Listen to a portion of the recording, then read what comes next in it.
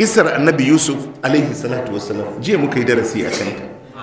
Ai duk abin da suka shirya ma annabi Yusuf ɗan uwansa har ya tsallake ya kai inda suke tsoron ya isan dama sai gashi ya iso wajen, har ya wuce tunaninsu, shi kansa bai yi tsammanin zai kai wannan wajen ba.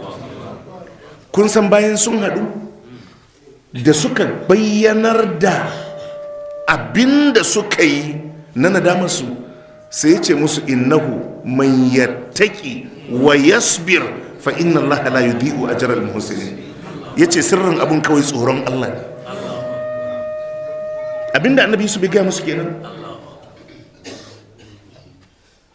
A innaka la anta Yusuf qala ana Yusuf wa hadha aki qad manna Allahu alaina. Yace musu ni ne Yusuf, wannan dan uwana kenan Binyamin. Sai yace to ku ji yadda al'amarin yake, innahu man yattaki wa yasbir, duk wanda ya ji tsoron Allah yayi haƙuri da rike addininsa, yayi haƙuri da matsayin da Allah ya ajiye shi akai, fa inna Allah la yudhi'u ajral muhsinin. Allah bai tozartar da sakamakon masu kyautatawa. Yanzu wannan ayan bata yi daidai da na Yahudun nan da Allah ya faɗa ba? Can yace wa in tasbiru wa tattaku, nan innahu man yattaki wa yasbir, kaga abu ɗaya ne. In dai rayuwa ce lakanin kenan. Idan ka zama mara tsoron Allah zaka faɗi. In ka zama mara tsoron Allah zaka faɗi. Duk abin da ka tinkara a rayuwa, wallahi doctor, ko sabon Allah ne sai ka shanye ka wuce, wallahi riba na gaba. Ai ba ku manta wannan kissa da muka karanta a nan ba, na wannan bawan Allah da ya yi ta bibiyan yar babbansa zai yi zina da ita.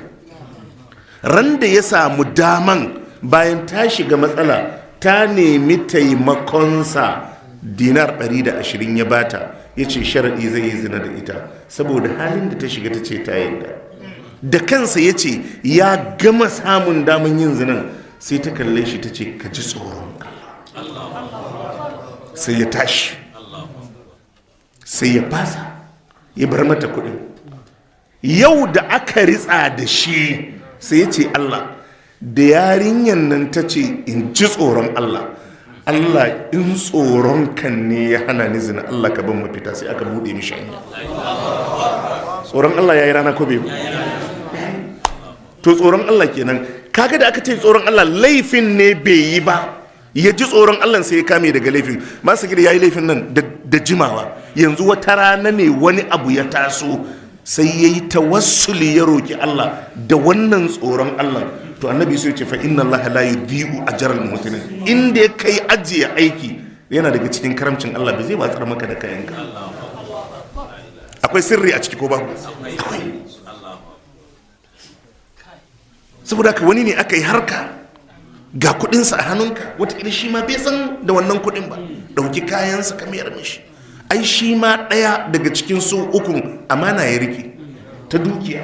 Kudin leburanci ne na wani leburansa, ya tafi ya bari, ya rike, ya yi ta juya mishi ta haɓaka. Ran da ya zo ya dauki kudinsa ya bashi, da wannan ya roki Allah, shi ma ya tsira. Mutum zai bi Allah abin ya lalace ne? Ba zai bi Allah ya lalace ne. Wahalarka rashin tsoron Allahnka, wahalarka rashin tsoron Allahnka. In ka ji tsoron Allah, in ka ji tsoron Allah, ba inda ba za ka isa ba. Wallahi ba inda ba za ka isa ba. A wata aya Allah ce ya ayyuhal ladina amanu in tattaqullaha, ya ayyuhal ladina amanu اتقوا الله يجعل لكم فرقانا ويكفر عنكم سيئاتكم ويغفر لكم والله ذو الفضل العظيم. الله يتي يا أيها الذين آمنوا يا قوة أن سكي إيماني الله. Allah sai ce in tattakullah, in kun ji tsoron Allah, ya ja'al lakum furqanan, Allah zai sanya muku wani mai rarrabewa, Allah zai sanya muku wani rariya, wani matankadi. Duk abin da ya tinkaro ka a rayuwa, wannan abin da Allah zai maka baiwansa zai tace maka abin da zai cuce ka daga abin da zai amfane ka. Duk abin da ka tinkara idan ba alkhairi bane zai rere shi. In tattaqullaha, Allah ya ce in kun ji tsoron Allah, yaj'al lakum furqanan, Allah zai sanya muku wani mai rarrabewa tsakanin abin da zai cutar da ku da abin da zai amfanar da ku. Wa yaghfir lakum wa yukaffir ankum sayyi'atikum, kuma zai kankare muku zunubanku.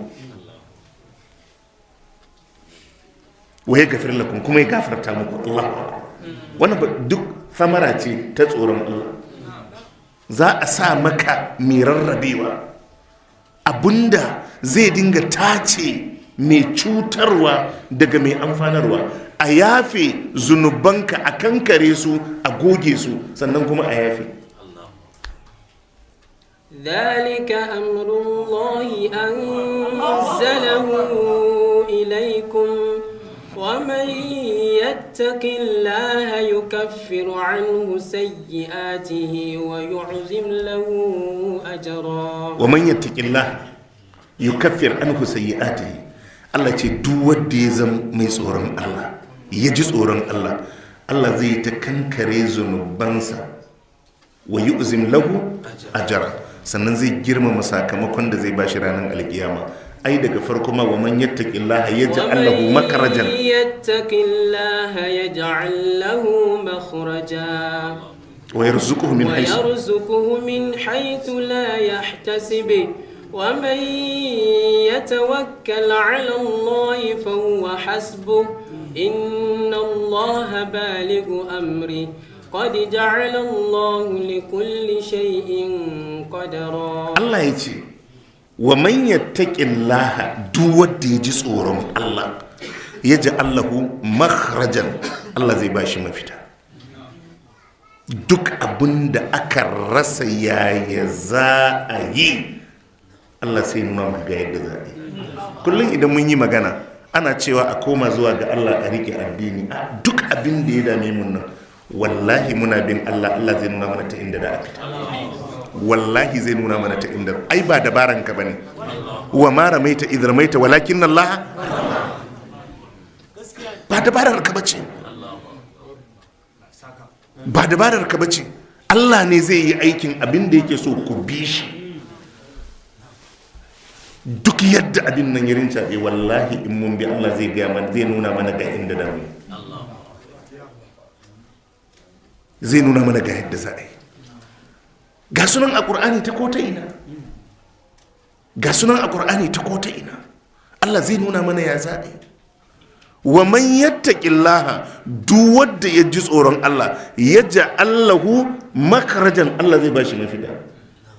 Kasan waɗansu 'yan matan da hure musu kunne ake yi. Idan kina saka hijabi, kina saka niqabi, ya da a yi ki samu miji. Allah to Allah ne sai kin saba mishi ya baki miji, sai kin fita da tsaraice ya baki miji. Ai dai ki gamu da ɗan iska. Kada ku manta, ku yi subscribe, ku danna mana ƙararrawa. Mun gode.